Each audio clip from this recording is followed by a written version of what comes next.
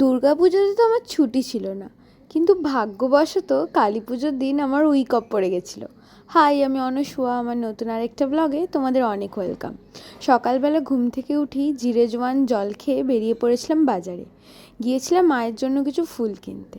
তারপর ফিরে এসে স্নান করে আমার তারা মা আর বড় মাকে খুব সুন্দরভাবে ফুল দিয়ে সাজিয়ে নিজের মন থেকে ভালো করে মাকে ডেকে পুজো করেছিলাম। পরের বছর ইচ্ছে আছে কালী পুজোর সময় বাড়িই চলে যাব। এই কালী পুজোর সময়গুলো না বাড়িতে না গেলে খুব মন খারাপ করে। তারপর লাঞ্চ করে ঘুমিয়ে গিয়েছিলাম।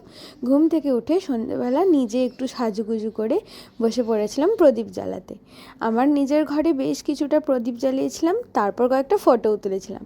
তারপর থালা নিয়ে চলে গিয়েছিলাম দাদা ভাইয়ের রুমে। দাদা ভাইয়ের রুমে গিয়েও প্রদীপ দিয়ে সাজিয়ে দাদা ভাইয়ের রুমের বাইরের ব্যালকনিটাও আমি একটু ক্যান্ডেল লাগিয়ে দিয়েছিলাম, আর নিজের রুমেও একটু ক্যান্ডেল দিয়েছিলাম।